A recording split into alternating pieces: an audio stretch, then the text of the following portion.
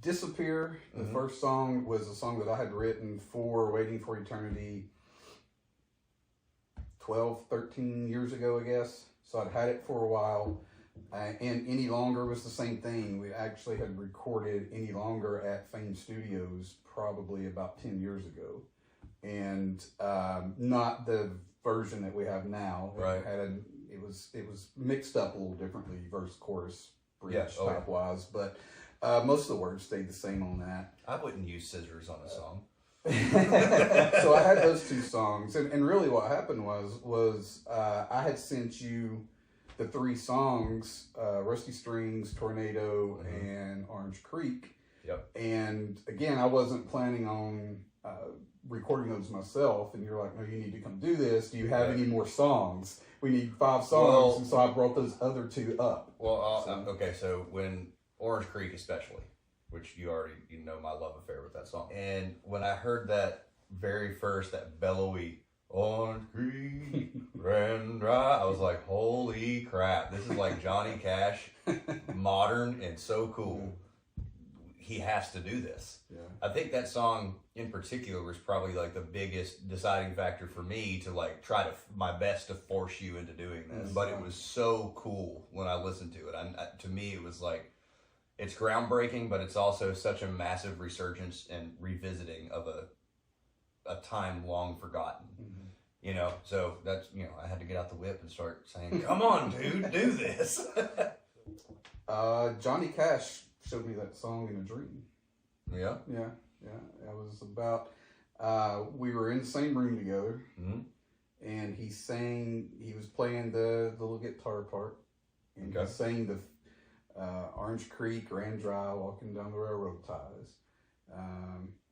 And then I woke up, and it was like 3:30 in the morning, and I said, that's too good. Like, I've got to go record this real quick. So I ran out, recorded it. We've done a little studio, recorded it real quick. I came back and laid down, and then I started singing and writing the chorus part, and I was like, I was so tired. I was like, I got to get up. And so I went back down and I recorded that real quick, and then the next day I sat down and I wrote out the words for it.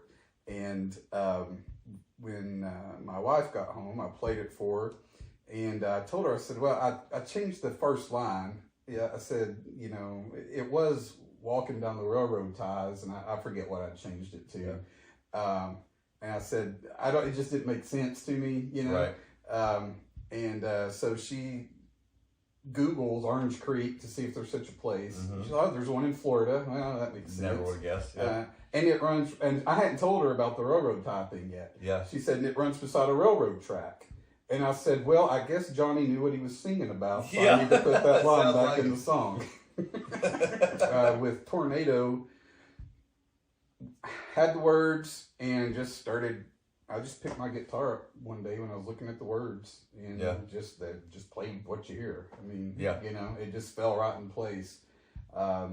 And when I got up here with you, we had to just tweak a couple of words here or there. Yep. But actually, the chorus wasn't what the chorus is. The chorus was the first line of the song that I had, and you were like, "No, this needs to be the chorus." It didn't have the word "wild" in there. It was just like, when she's mad, she's like a tornado, and so we had to discuss what adjective would well, we needed it for the syllables and for the space. Right.